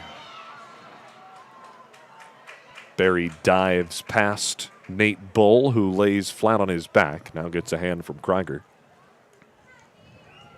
Here's a chance for Pioneer. 3rd down and 2. You think you get run? Run is the call. Maybe just one run. How about a play action? Well, when you get Barry in that pistol formation, it's usually just a downhill run to him. 2 to go at the 5. A fumble. Barry just falls right on it. Well, again, Pioneer with a chance at a massive stop here. It would keep them alive with 9.5 to go and counting. Well, I would say that's a necessary thing to happen if they're going to have a chance in this game. And Iroquois can still get a 1st down here. Do we get a look at Justice Kleitz? I think you're a little more likely to get the ball in Kleitz's hand here. He's 4 for 8 on the day through the air. Iroquois calls a timeout as Rob Pizzocca wants to talk about it. I don't think he liked the play. Well, we haven't mentioned Justice Kleitz and where he comes from, Coach. Last season, Trey Kleitz was the quarterback at Iroquois, as he was for 4 years prior. Trey Kleitz now moves on to the collegiate level, where he's playing basketball locally in Western New York at Roberts Wesleyan in the East Coast Conference Division II. His team, in fact, picked number 1 to finish in their conference this year. He went to a powerhouse at the D2 level. So in comes Justice Kleitz, who replaces him. Now, we haven't seen the arm talent so much yet. Kleitz just 14 years old. But you can see the decision-making, perhaps maybe not on display at his best here today under the bright lights of Highmark Stadium. But throughout the season, 24 touchdowns and 2 interceptions. A bright future for the Iroquois Chiefs with number 3 under center. Well, not to mention next year, I mean, they're strapped with juniors right now as well. Half their line, and that number 21 is a junior as well. He's not too shabby either. So, yeah, the Iroquois program is running all cylinders right now. The crowd over 1,000 strong from Pioneer on their feet, making noise and forcing a fumble on the Panthers. An incredible stop for Pioneer. Back-to-back fumbles, and the Panthers get the ball deep in their own territory. There's no quitting Pioneer, and if they're going to do something, they have to do it now. It seemed like that play was going to be strung out anyway, as Pioneer was savvy to it. Gavin Dundon was the man intended on the pitch. You can see this is a great angle. You can see the Pioneer defense trying to string that out, but the turnover made that not necessary, and here they go. Long way to go for Pioneer, though. They'll have to go 92 yards from their own 8. 1st and 10. Schwab under center, hands off. Kyle Stover follows one blocker in Dalton Gaboo and is down around the 10, a gain of 2. Yeah, once again, the Iroquois defense real impressive tonight. I mean, they've held this Pioneer offense to under 20 rushing yards for an entire game. A team that prides themselves in running the football and being physical. And other than Trevor Berry, I think the defensive line and linebacker crew from Iroquois deserves a nod.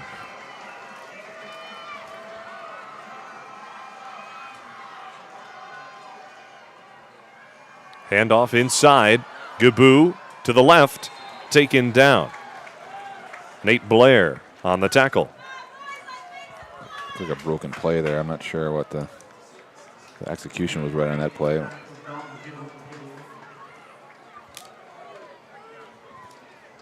Quickly, it's 3rd and 7. After the gain of 1 from Dalton. Great to be at Highmark Stadium for the sectional championships, the only section in New York State to play their sectional tournament championship in an NFL stadium. All eyes, however, on the collegiate stadium at Syracuse University for the state championships in a couple weeks. Gavin Schwab with a deep shot to Stover, knocked down on third down. Deep in coverage was Iroquois' Zach Larson. Well, Schwab had Beekeel wide open on the slant. He missed him. If you got a little greedy there, you just didn't see him.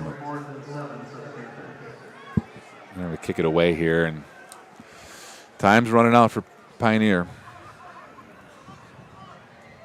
Too close to your own end zone for a fake? Well, looks like yes. Jim Dupre says yes. Backspin on it. We'll give it one hop and out across the 40. The Iroquois offense gets great field position with 7:15 to go in the fourth quarter, up by 11. We've crossed the 7 o'clock hour. We'll cross the end of this game after this break on the NFHS Network.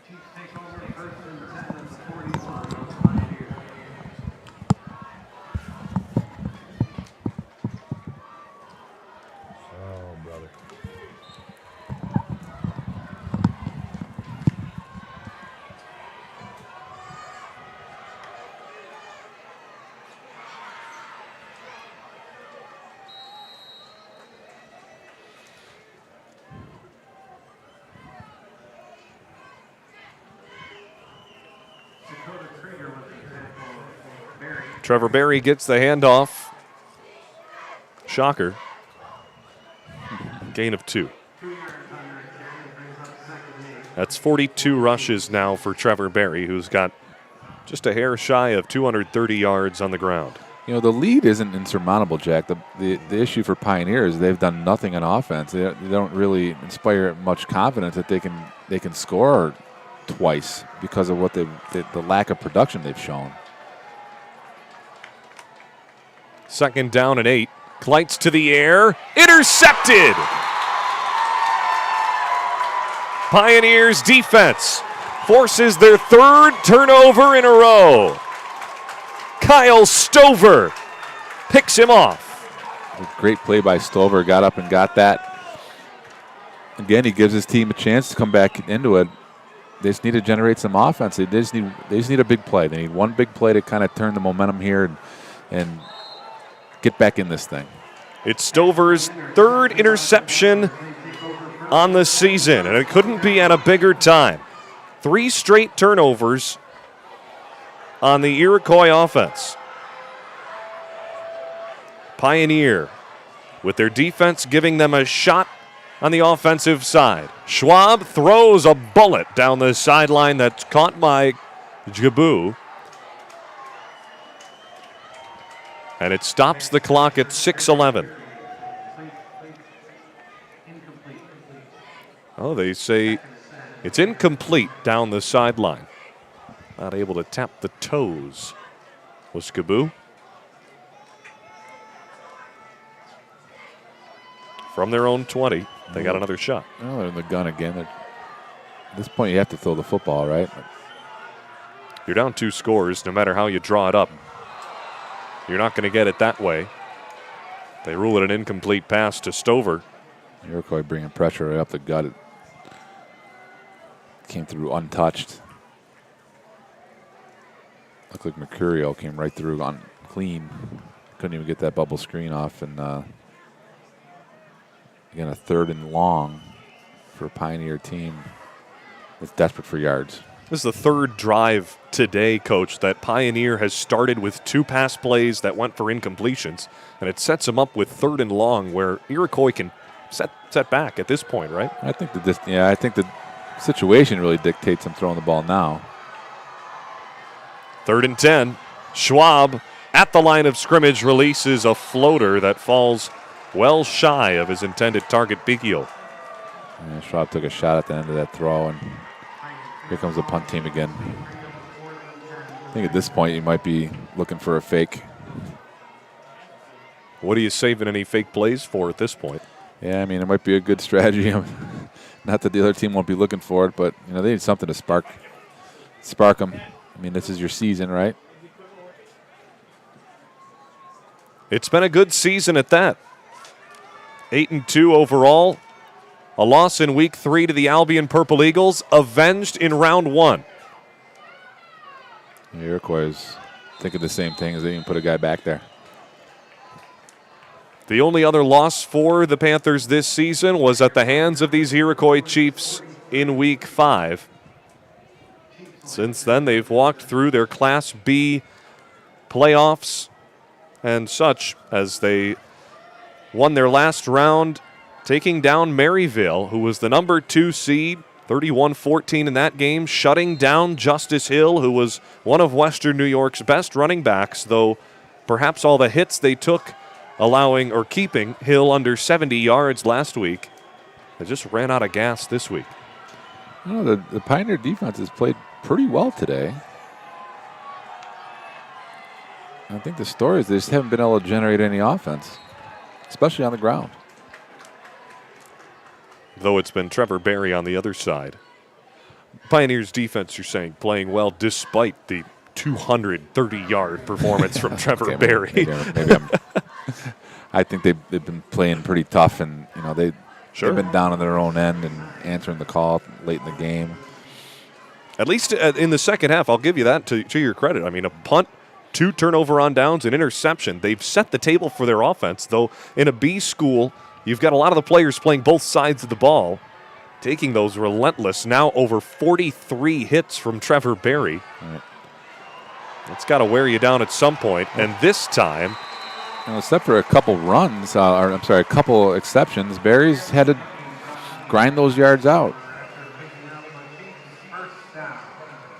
I mean, he's made 3 runs over 10 yards all night. 44-44, an 8-yard gain picks up first down.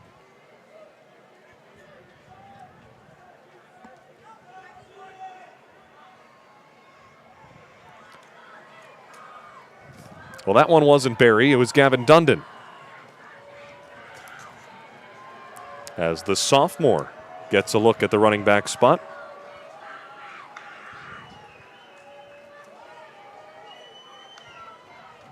Now Berry back again. Bowls his way to the 40. It's a big Shane Smith pulling around there looking to lay the lumber on somebody. He came up short, but 6'4", 315, and a junior. Smith ain't going anywhere. He had pretty good feet, too, being able to pull around the end like that. I think I saw some white jerseys skirting around him. We've talked a lot about Shane Smith. On the left tackle position, it's Braden Donnelly, who's done a stellar job all day. He will be a finalist for the Trench Trophy, a nominee back in Week 3. Trevor Berry follows him to the 36.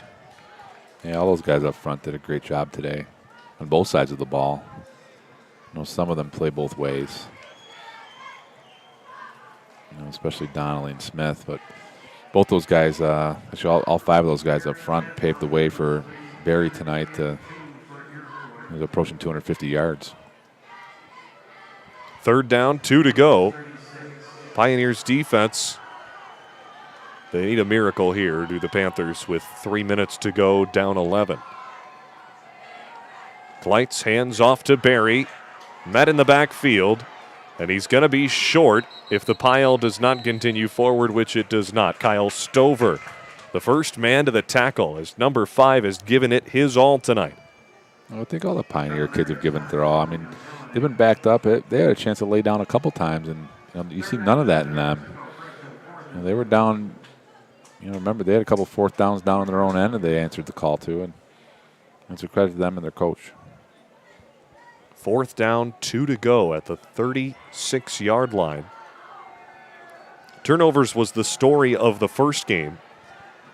Despite losing the turnover battle 3-1 so far, Iroquois maintains their 18-7 lead. And a timeout called here by Rob Pizzonka and the Chiefs. This is their 3rd and final break of the game. We'll take one as well with just over 2 minutes to go in the 4th. We'll be back after this on the NFHS Network.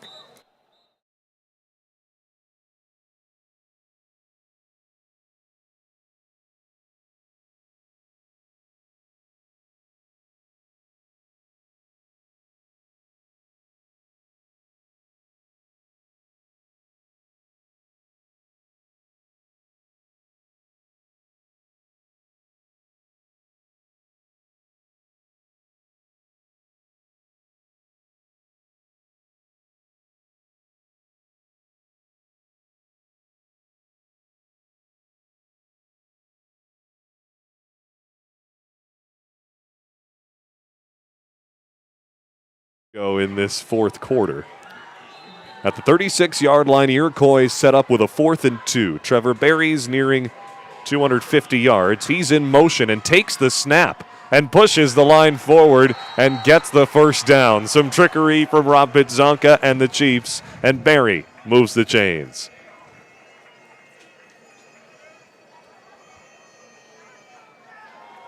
And I might wrap it up here, Jack. The 3-yard gain puts him over 250 yards on the ground. Just 2 other Chiefs ran the ball all day for a total of 4 yards. Well, they will head to the crossover with Section 5. Next week, Saturday, they'll take on the winner of Batavia, and the Blue Devils are the favorite in that matchup. They're undefeated this season, as the Batavia Blue Devils have been a powerhouse in Section 5 for a while. Brennan Briggs. What's that? Brennan Briggs. Brennan Briggs, coach over there? Yeah. You ran into the Batavia Blue Devils a couple times. Yeah, they ran us over a couple times, I think. Well, the Blue Devils will have a match tomorrow against Monroe, who's 8-2. The winner of those two will play these Iroquois Chiefs, who finally get over the hump. 3 years and counting, they've run into Western New York Maritime, who was stuck in the path of the Chiefs. 2 years ago, it was in the first round of the playoffs. That was 3 years ago, rather. 2 years ago, it was in the sectional championship as Trevor Berry breaks free. Beakiel brings him down. 40 seconds to go. Does Iroquois try to get their junior back in the end zone to break the record on the Bills' turf? But a foul is called off after the play. All hell breaks loose on the field. But this isn't going to change the outcome. No, I'd say not. Other than Trevor Berry might be looking now to get his record. You know, Batavia's been a strong program for years and years now. You know, Iroquois have their work cut out, not knowing anything about this year's squad over at Batavia, but they'll have their work cut out for them. But you know, tonight's about them, and you know, Coach Pitzonka winning his sectional championships. Congratulations to him and his staff and the kids, and you know, it's a big moment for the school and the kids out there right now. Fumble recovered by Kleitz. 30 seconds ticking away here. 2 years ago, it was a double overtime, 6-point loss to the Western New York Maritime Falcons. Last year, a 62-22 loss to the Western New York Maritime Falcons. The 2022 sectional championship ends with an 18-7 Iroquois Chiefs lead through the fourth quarter. And taking home the Section 6 title are these Iroquois Chiefs. Coach Pitzonka takes a shower, and the Iroquois Chiefs move on to the regional.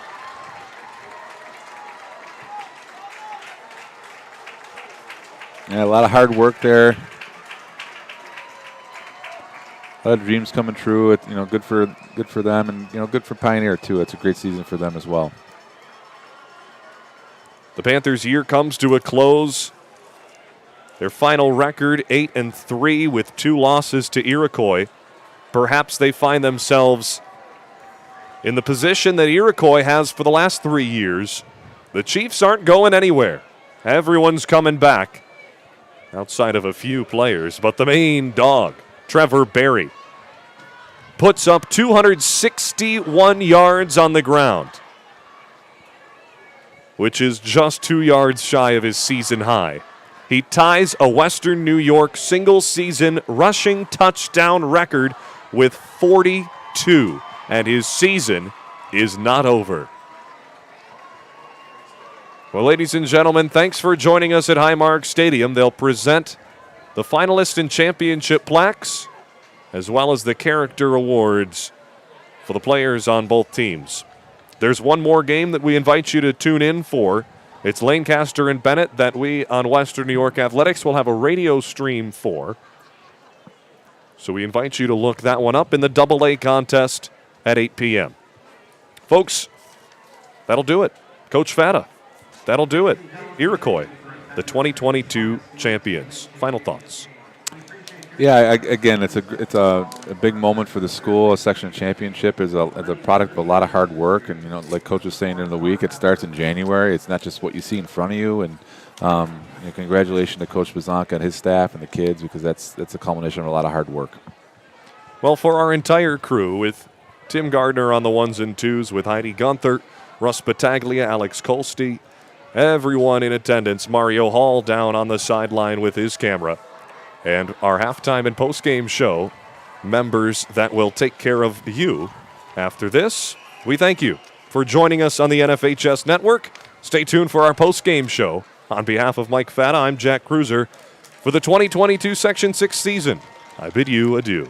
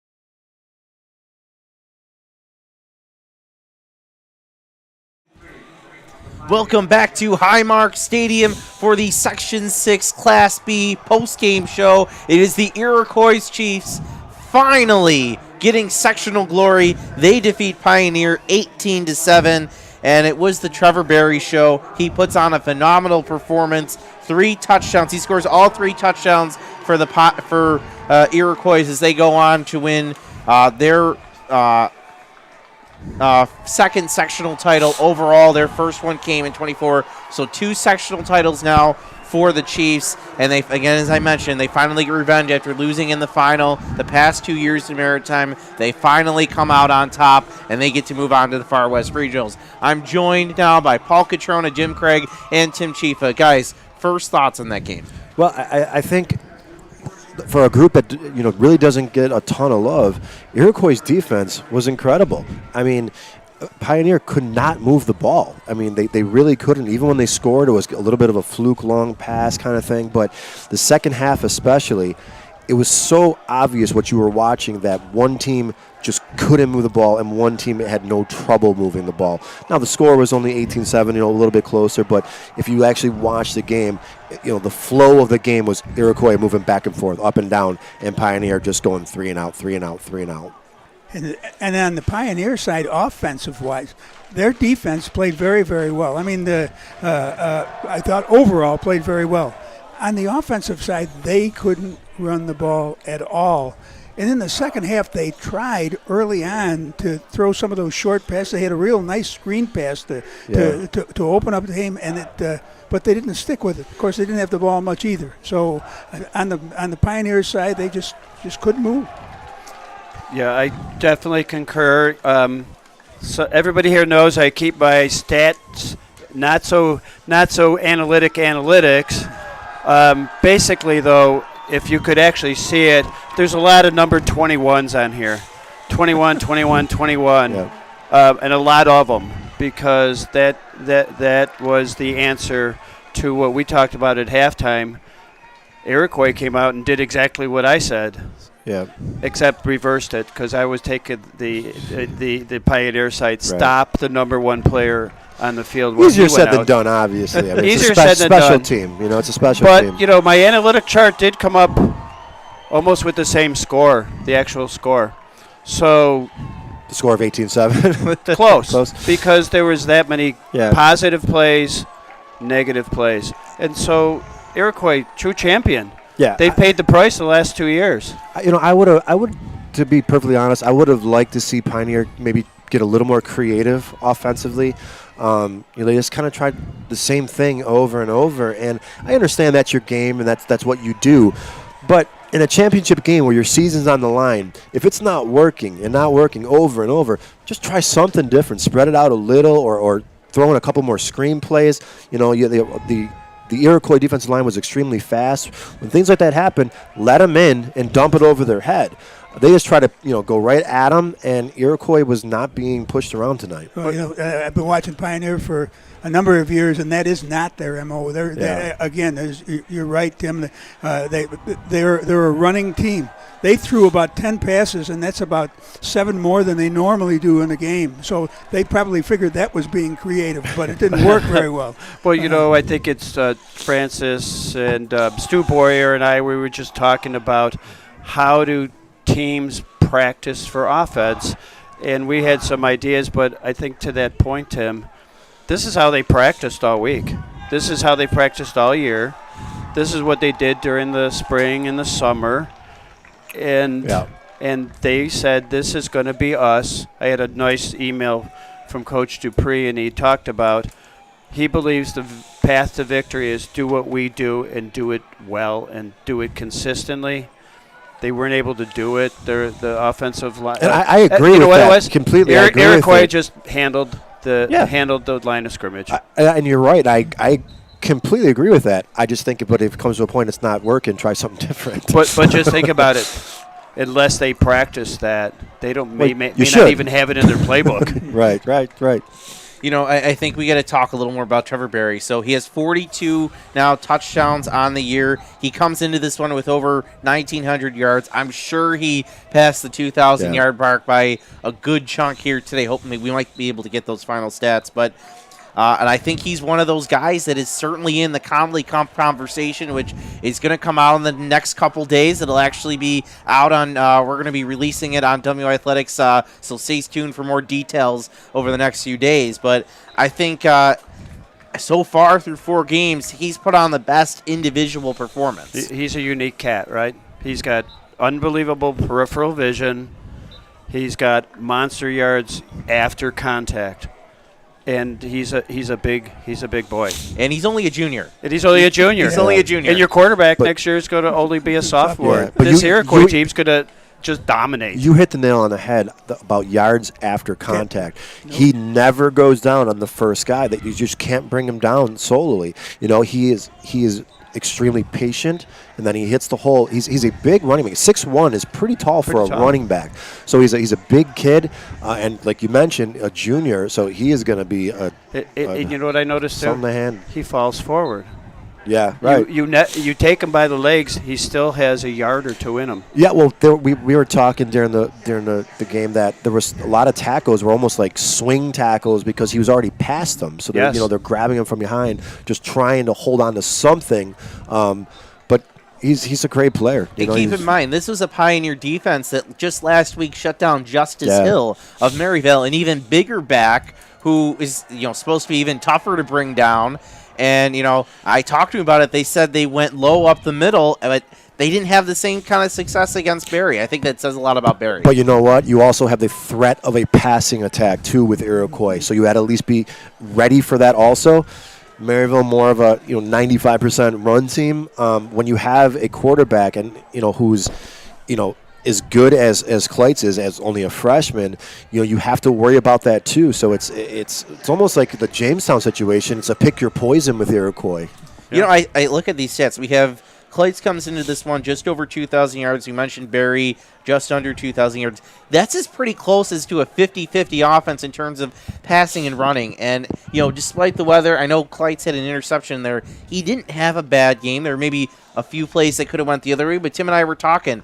If we had last night's weather out here, Iroquois probably has 2 more touchdowns because Kleitz is able to complete a couple more balls downfield. And Francis, I thought a much better second half than he did first half. Maybe the first half, he's a young kid. There's a few things I think, he's got to notice a few things, and that's going to come with time. Obviously, the freshman. There was a play, I don't know if you saw it, on 4th down where they fumbled it was like a reverse or an end around. Yep. But there was literally no one on the left receiver. Nobody. And if, that will come. He will notice those things as he becomes a sophomore and junior, where it's a quick snap, get it right out, and he's going to score a touchdown.